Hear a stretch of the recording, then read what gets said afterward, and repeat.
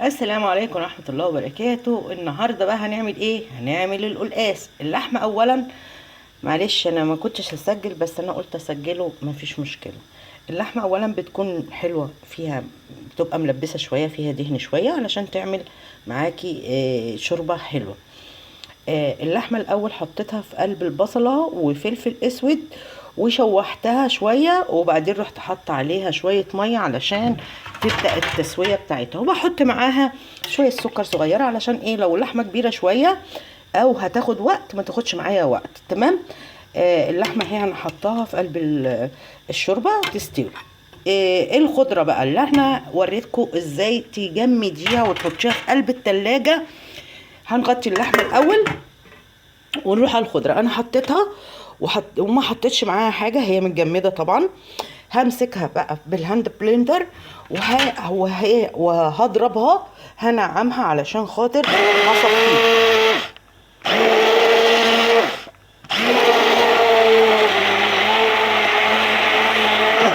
طبعا ده السلق اللي احنا قلنا عليه وعملته لكم انا في الفيديو اللي هو بتاع تخزينها، وخزناها ورق سليم علشان خاطر اخد منه. بصوا شايفين الميه بتاعته خضره ازاي؟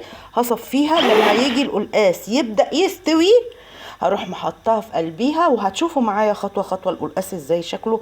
هيبقى بالطريقه الحلوه اللي انتوا بتشوفوها، خضره وفي نفس الوقت خضره وفيها الطعم والشكل اللي هو القلقاس الطبيعي. كده انا فرمتها،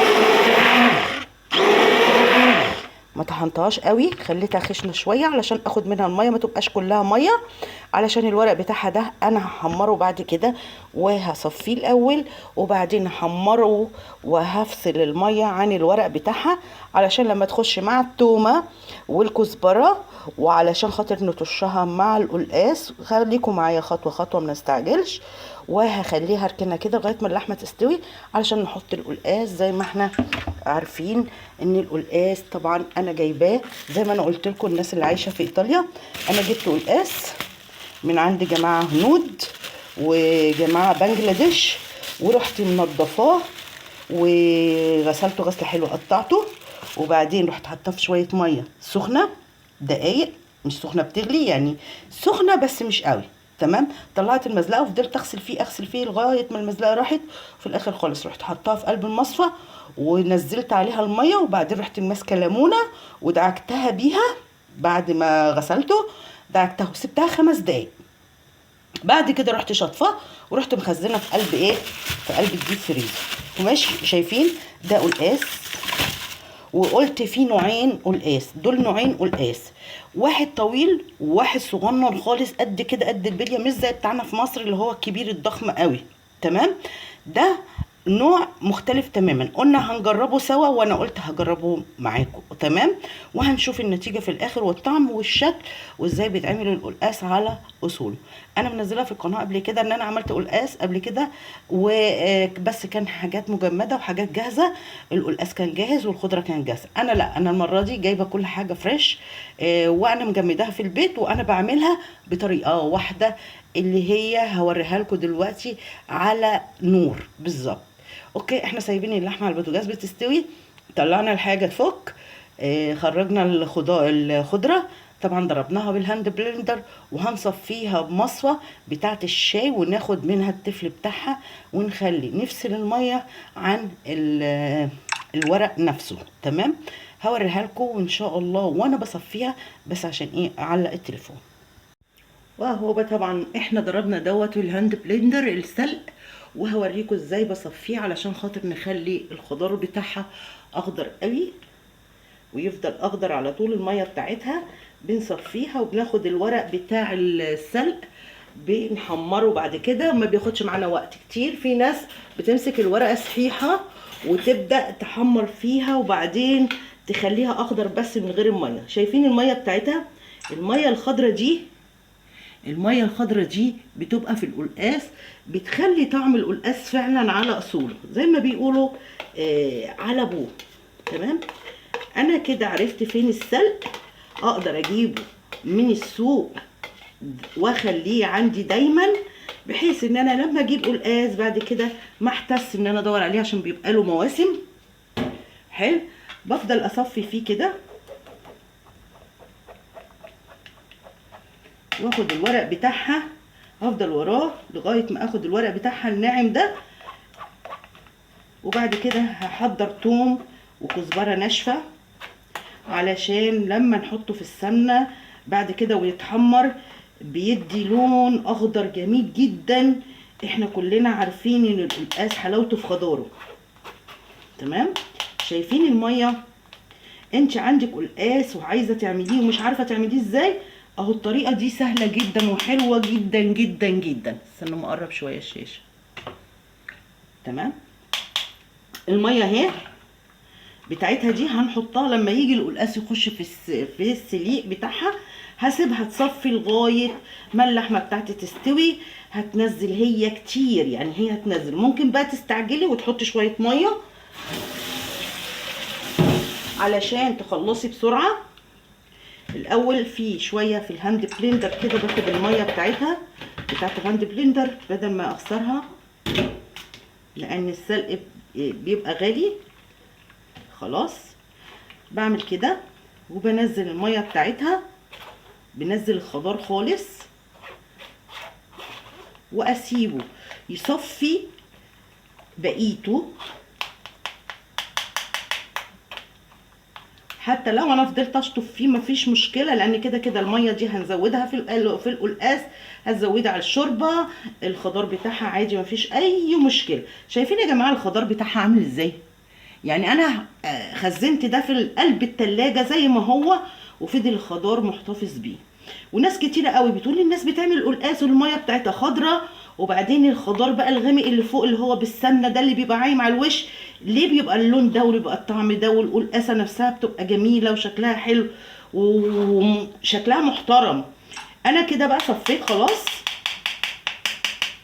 تمام. وهسيبها هفضيها في قلب الكوبايه المعيار او اي حاجه، الميه الخضراء. ساعه ما احط القلقاس بقى هبتدي بقى ايه؟ شايفين الخضار بتاعها؟ شايفين الميه خضراء ازاي؟ شايفين يا جماعه؟ هو ده اللي بيخلي القلقاس شكلا وموضوعا اخضر. تمام. شايفين الميه بتاعته اهي، الميه بتاعته. بصوا شايفين الخضار ده؟ خضار السلق. يعني ايه؟ اعملوا حسابكم ان انتوا تعملوا القلقاس بالطريقه دي، وشوفوا هتطلع الطريقه دي على طريقه ماما الله يرحمها. وهخلي ده يصفي بقيته لغايه ما يخلص القلقاس. هسيبه يصفي علشان انا هحتاج الميه بتاعته الباقيه علشان الاقيه جاف، ما ياخدش مني وقت كتير في التحمير مع التوم، واضيع وقت على الفاضي زي ما يكون ورق صحيح وتقعدي بقى ورق صحيح وتقعدي معاه كتير. لا، طب ما تعملي كده حتى لو هو فريش، هتعملي نفس الطريقه وتاخدي الورق بتاعه وتحمريه. وحتى التوم انت ده لما تيجي بعد ما بتخلصي تفضلي تطحني فيه كده بالهون، هيبقى سهل معاكي وكريمه كده، والتشيه بيبقى طعمه حلو على فكره، وبيبقى حلو وسريع كمان. هفصل ولما تستوي اللحمه ونحط القلقاس نسويه هرجع لكم تاني. يلا بقى هنبدأ نحط بقى القلقاس ده. اللحمة استوت خلاص. تمام. مش هملح اللحمة الا لما يستوي القلقاس. بصوا اللحمة استوت معايا ازاي. انا جايباها ملبسة فيها شوية عظم شوية، بس حاجة قبها خالص. بصوا اللي هي ملبسة. اوكي، دي هشيلها ممكن او اخليها تستوي معاه. انا بحب اسويها مع القلقاس بصراحة، بتدي مرقة حلوة قوي. هجيب بقى القلقاس واحطه في الشوربه. طبعا محطوط فيها ملح وفلفل، ما بحطش معاها حاجه تاني بصراحه. هحط القلقاس بتاعي، لو احتاج ميه هزود ميه اهو. احط القلقاس بتاعي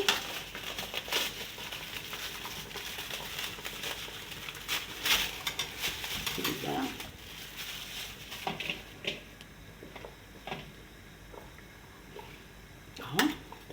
هنزود شويه ميه علشان خاطر القلقاس ما شاء الله انا عامله كميه، لان احنا بنحبه جدا. انا لو قعد اسبوع عندي اكله ما عنديش اي ادنى مشكله. تمام.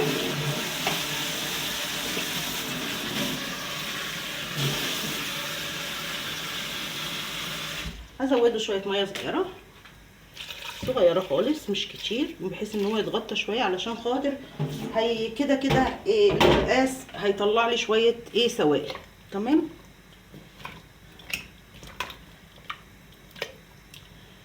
بصوا شايفين لما هيدخل في السوا واحس ان هو استوى القلقاس. بصوا انا بخلي القلقاس كتير والشوربه شويه، يعني لو احتاج، لان كده كده احنا هنحط الميه الخضراء اللي احنا صفيناها بتاعه السلق. تمام. انت بقى تحطي معاها كزبره خضراء، انا ما عنديش كزبره خضراء. تمام. هتفرميها وتعمليها كده وهتاخدي الميه بتاعتها. لما يخش القلقاس في السوا خالص وتري، نعمل ايه؟ هنحط الميه بتاعتها دي علشان يبقى لونه خضار وحلو جدا. ممكن بعد ما يستوي القلقاس ممكن تطلعي اللحمه دي وتحمريها في حته سمنه ولا اي حاجه، مفيش مشكله. انا بسيبها تكمل تتشرب معاها. خلاص. هحط شويه ميه تاني علشان انا حاسه ان هو الميه قليله.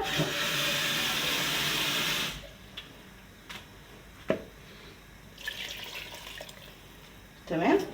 ونغطيها كده وهنقلها على عين البوتاجاز. وهاجي بقى علشان ايه؟ هعمل الايه السلق اللي احنا اتفقنا عليه ان احنا هنسويه وهنشوف، عشان بس ما اضيعش وقت معاكم على الفاضي والفيديو يبقى ايه طويل. هغطيها تستوي وهحط حاجه تانية. انا عامله رز جنبيها ولسان عصفور. عملت لسان العصفور ورز طبعا عندكم، واللسان عصفور موجود. زي ما انا عرفتكم قبل كده ان اللسان عصفور لما تحمريه وتحطي الشوربه بتاعته ما تقلبهوش، وبعد ما يخلى ويبقى شويه بيقرقش وتركنيه على جنب. تمام. ما تقلبهوش كتير علشان ما يطلعش نشا، لو انت مش عايزه حابه فيه النشا جامد. تمام. خلصنا لسان العصفور. عملنا الرز طبعا ومجهزاه اهو. وانتوا عندكم طريقه الرز كمان. بصوا الرز مفلفل جميل ازاي. وبرده الرز بيتقلب مره واحده، ما بيتقلبش مرتين او الحله تفضل تلفيها على البوتاجاز. هنبدا بقى النهارده اهو هنعمل السلق بقى اللي احنا صفيناه. طبعا زي ما احنا عارفين الوجبه بتاعتنا النهارده جميله جدا وحلوه جدا. طبعا انا مجهزه الثوم اهو دقاه علشان هيتحط ده في اخر حاجه هيتحط. وهنعمل جنبيها قوطه مخلله او نطلع مخلل من اللي احنا عاملينه اللي انا وريته لكم بيتعمل ازاي. ادي يا ستي السلق بيحب سمنه كتير. انا مش حاطه سمنه صافيه، انا حاطه معاها الزبده، لان احنا هنا بنستخدم الزبده مش بنسيحها، احنا بنستخدمها خام. بحط معاها شويه زيت علشان تدي يعني ما تطلعش مرطه، وفي نفس الوقت بتطلع معايا الحاجه كويسه. صفينا طبعا زي ما قلنا الخضره وطلعت الميه بتاعتها اللي احنا صفيناها. طلعت الميه بتاعتها، هيتبقى فيها شويه ميه صغيره خالص مش كتير علشان ما تضيعش معايا وقتي وتضيع لي دنيتي. هنحط في السمنه السلق اللي احنا صفيناه، اللي احنا من شويه صفيناه ونزلناه في قلب في قلب المعيار. تمام. صفى معايا وبقى زي الفل اهو زي ما انتوا شايفين. بحطه في قلب السمنه علشان يتحمر وما هدرش منه حاجه طبعا. خلاص. ومعايا الميه اللي اتصفت اللي انا لما سبت المصفى عليه طلع تاني رحت حطاهم في قلبي. حلو. وده احنا ايه مع بعضينا واحده واحده شغالين ما شاء الله حاجه كويسه. وهنحط السلق هنجهزه على بال ما القلقاس يستوي علشان خاطر ما نضيعش وقت على الفاضي.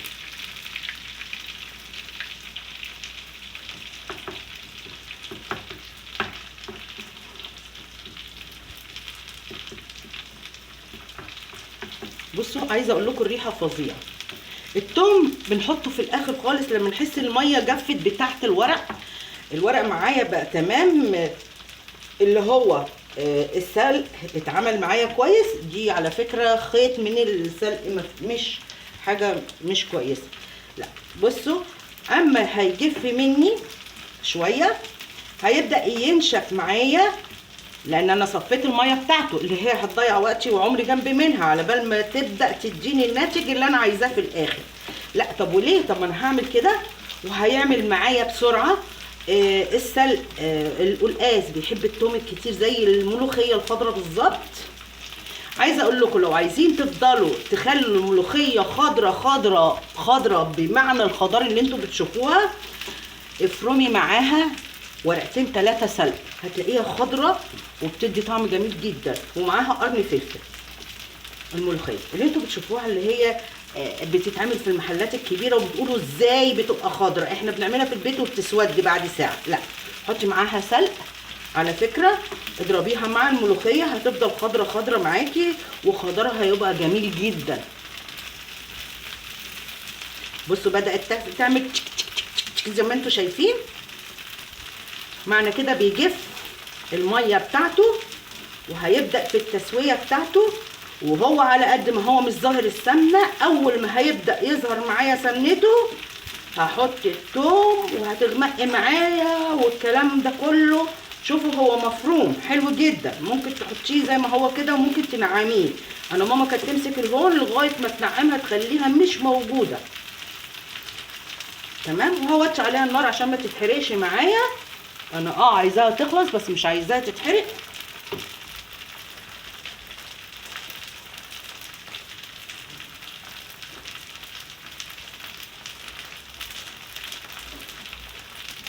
عايزه اقول لكم الريحه فظيعه فظيعه.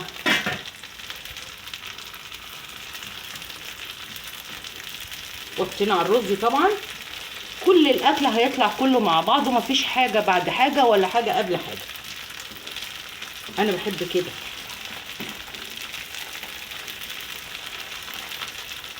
نوطي كمان.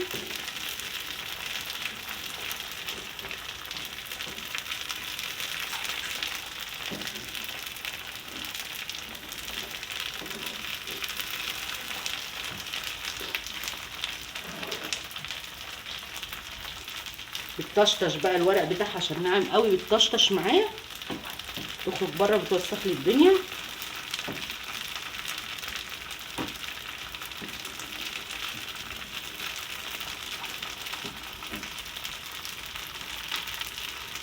لو مش ما بتحبيش القلقاس وعايزه تعملي حاجه تانية، اعملي بطاطس بنفس طريقه القلقاس بالخلطه بتاعتها كده، هتعجبك قوي على فكره، وكانك بتاكلي قلقاس. لو ما انت مش لاقياها وفي ايطاليا ونفسك تاكلي قلقاس، اعملي كده، هتحسي ان انت بتاكلي قلقاس وتقطعيه نفس التقطيع. بدا هنا في شويه يحمروا ويغمقوا كده، فانا بدل ما هتتحرق معايا، طبعا احنا وطينا النار، انا بيجري لان انا بحب القلقاس جدا، بعشق حاجه اسمها قلقاس. ماما الله يرحمها لما كانت تعمل قلقاس تقول الله يمسكي بالخير يا غصون فينك تاكلي القلقاس، وتشيلي منابي في قلب الفريزر، لما اجي تقوم مطلعهولي اقول لها واو، تقول لي مع انه يعني بقاله فتره، بس ما حبيتش اكل يا غصون القلقاس الا وانتي تدوقي مني. كانت تحبني قوي اكل القلقاس، وتقول لها حذري فزري، عزماني بقى حذري فزري هتاكلي ايه النهارده؟ اقول لها اكيد قلقاس يا ماما، ودي حقيقه. اهو بدا اهو عندي ينشف وهيظهر شويه الزيت، قصدي السمنه.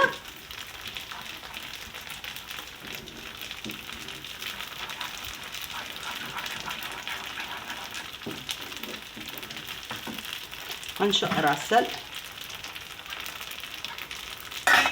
على القلقاس ولا ايه؟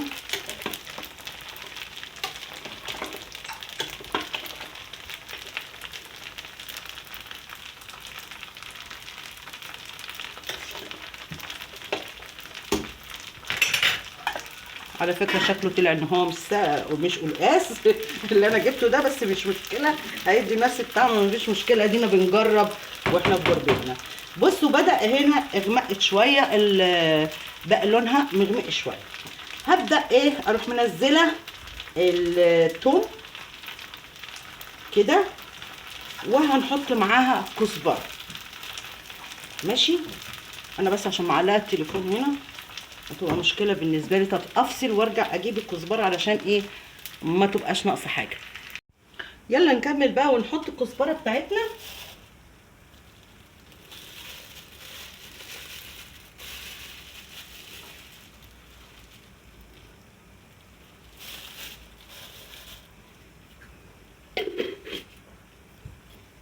عليها، وبصوا بدأت لونها بقت عامله ازاي؟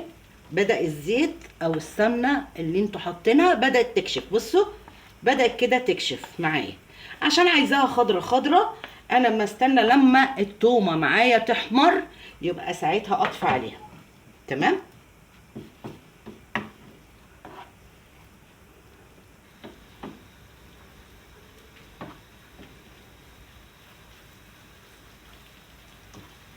كده كده هي ناعمه معايا، ممكن تنعميها اكتر وتهرسيها كده. كل ما تهرسي فيها بتطلع سمنتها، بتبقى عامله زي الكريمه كده، فاهمه؟ يعني انا ماما كانت تمسكها كده بايد الهون وتفضل بقى تصفي الاول السمنه بتاعتها، تنزلها في قلب القلقاس، وبعدين تفضل بقى تطحن تطحن تطحن فيها لغايه ما تخليها ناعمه زي الكريمه، علشان يفصل. وفي نفس الوقت بتطحن الخضره، بتبقى جميله جدا ولونها بيبقى حلو. طب احنا دلوقتي القلقاس بدأ اهو معايا يستوي، بيفور معايا.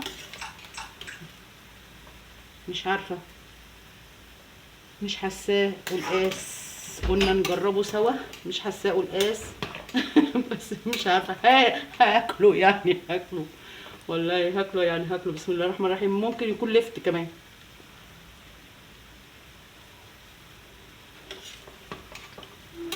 مش وحش بس قرب يستوي.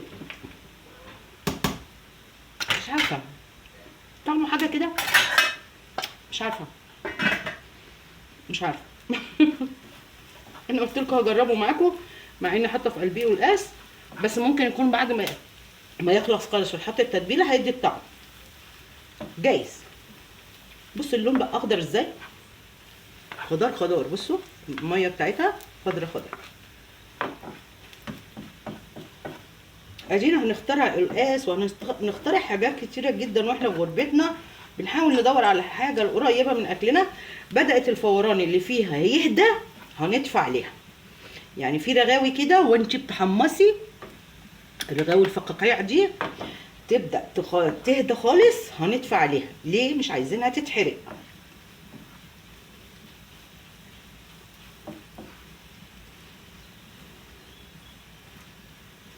تمام. واحنا لو سبناها كده مبيضه شويه وعلى جنب، كده كده بيتفاعل معاها السلق. على فكره ما بيهداش بسرعه الا بعد شويه كتير، فتبص تلاقي حتى التومه بتغمق، بتتحمر لوحديها حتى لو هي مش على النار. بص اهو، سمعت الخشوله؟ سمعت خشوله الحاجه. الفقاقيع انتهت، بدات تفصل السمنه خالص اهو. لو انا ضغطت كده السمنه بتطلع اهي. بصوا بتطلع كده معايا، اول ما بدوس كده السمنه بتفصل اهي. يبقى كده السوا بتاعها خلاص. مش هسود التوم، مش هسمره خلاص. هطفي عليها او هشيلها واركنها تبرد شويه، وبعدين نخش على القلقاس. انا جبت كده بقى القلقاس بتاعي، استنوا عشان سخنه. القلقاس على البوتاجاز. المفروض ان هو القلقاس اللي احنا اخترعناه قلقاس، ان احنا بندور في الغربه بتاعتنا على قلقاس. بصوا الشكل بتاعها. بصوا انا منتظره ان هو يستوي بصراحه، انا منتظره ان هو يستوي. دي مطرح الهاند بلندر فيها توم، فبصراحه مستخسره ان انا ارمي التوم. الطعم التوم بتاعها محشيه جوه توم.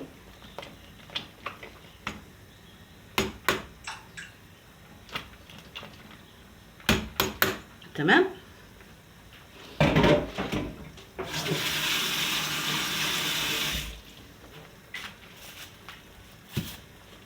اهو القلقاس معايا بدأ اهو يستوي. شايفين انتوا الطريقه دي؟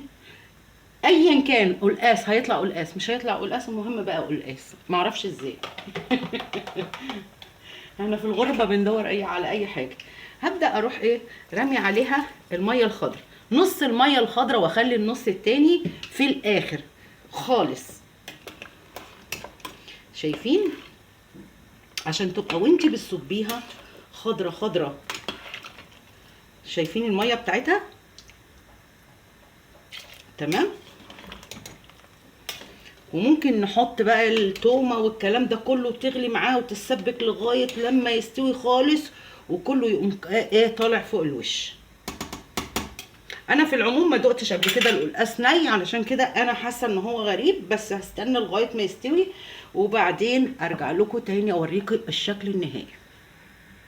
طبعا فاكرين الطماطم اللي انا غلفتها بالشكل ده طبعا زي ما انتم عارفين. انا بقى هبدا ان انا افكها.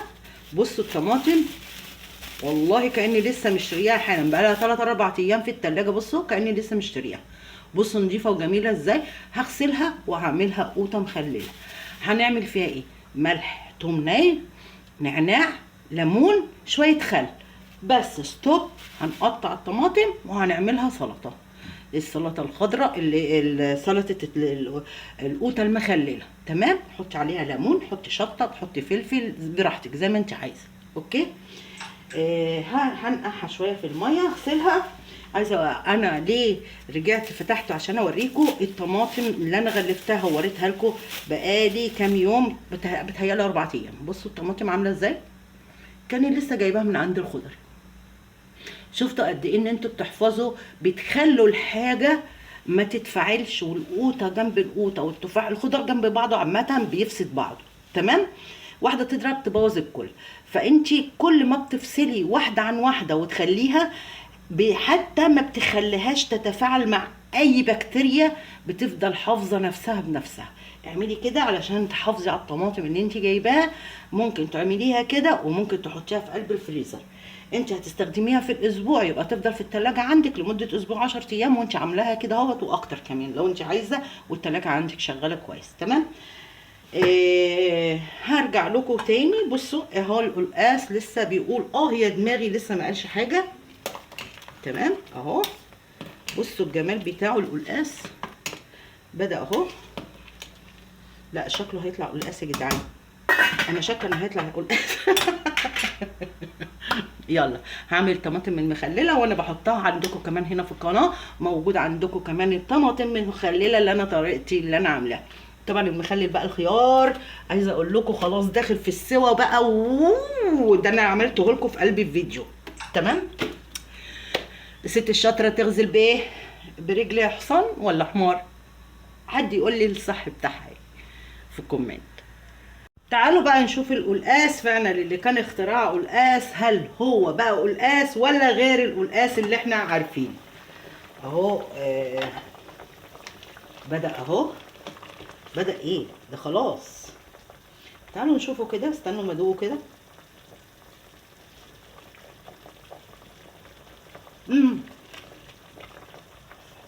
طعم القلقاس. تمام. هنحط بقيه الميه الخضراء زي ما اتفقنا عشان يفضل اخضر زي ما هو اهو. وهنمسك الخضره اللي احنا حمرناها، وممكن في الوقت ده نطلع اللحمه اللي هي ديت اللي هي القطع الكبيره دي. ممكن احطها في اي حاجه، احمرها، اشوحها في حته سمنه علشان تبقى طعمها يعني ما تبقاش كلها في الشوربه. وخاصه اللي فيها دهن دي لما بتخش في قلب السمنه بتبقى جميله جدا جدا جدا وطعمها بيبقى حلو قوي. انا بحب اجيب اللحمه اللي هي بتبقى الريش، احب اسويها في قلبيها. اللحمه عايزه اقول لكم اتهمكت همكان، يعني لو شديت العظمه هتبقى كل حاجه لوحدها مفصوله. تمام. بصوا بصوا العظمه. بصوا لو انا عملت كده ثواني هشدها كده. لا مش قادره عشان سخنه.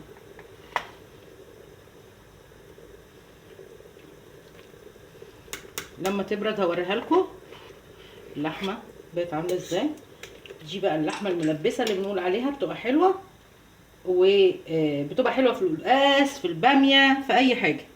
حلو. هنحمرها في حته سمنه علشان ناكلها كده، بتبقى طعمها جميل على فكره. تمام. همسك الخضره اللي احنا عملناها طبعا اهي على النار، وانا سامعين الشوكه بتهمك فيها. هطفي النار عليها شويه لغايه ايه لما بردت خالص. بمسك الشوكه كله محمص، بصوا متحمص خالص، سامعين الصوت؟ فسهله ان انت تهرسيها وتطلع سمنتها.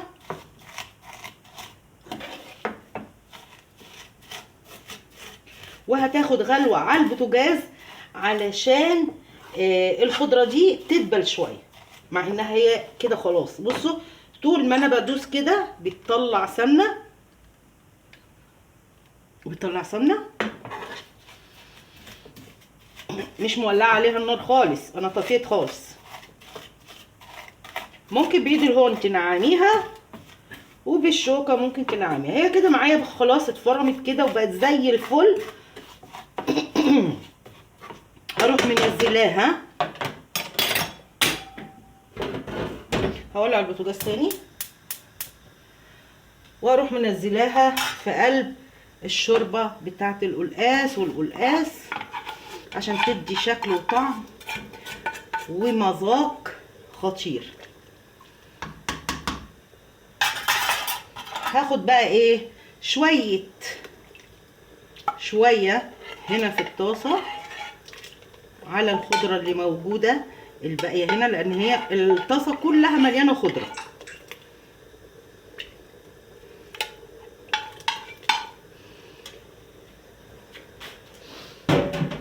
بصوا يا جدعان، شايفين الخضار؟ شايفين الخضار اللي فوق الوش ده؟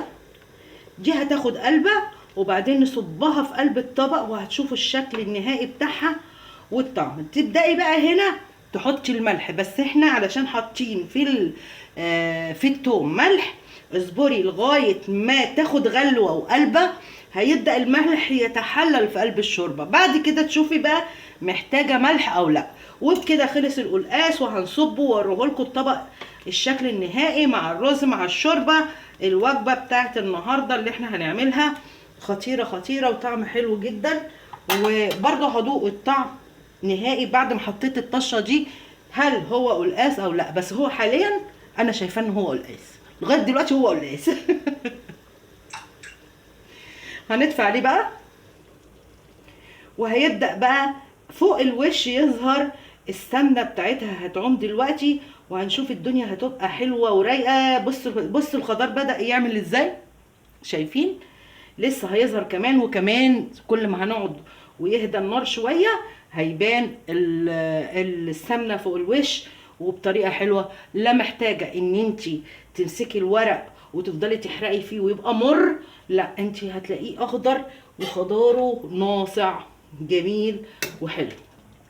الميه بتاعته حلوه، القلقاس جميل. بصوا بدأ يتحلل ازاي. المعجونه اللي هي الاخيره دي اللي انا عملتها، بصوا السمنه، بصوا شايفين؟ مش محتاجه حاجه، وطريقه سهله وحلوه ومش محتاجه اي حاجه. وهو بصوا القلقاس، بصوا خضاره وجماله وطريقته.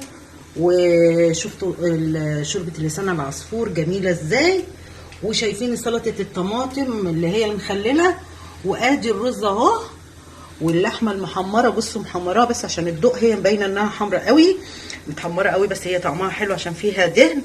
وقولوا لي ايه رايكم في الطريقه، ويا رب يا رب يا رب اكون دايما في تقدم بيكم ان شاء الله باذن الله.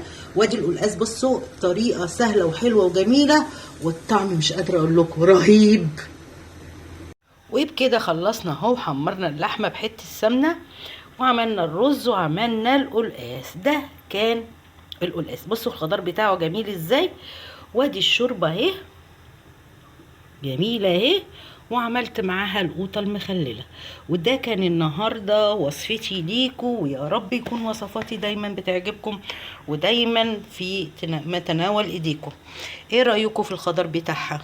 قولوا لي عجبكم ولا لا. يا ريت كومنت جميل وظريف منكم علشان استمر في القناه واشتغل واقدم لكم كل جديد وكل ما هو يسعدكم. طبعا احنا زي ما قلت لكم اللحمه دي من الريش اسمها دوش، حلوه بتبقى ملبسه وجميله.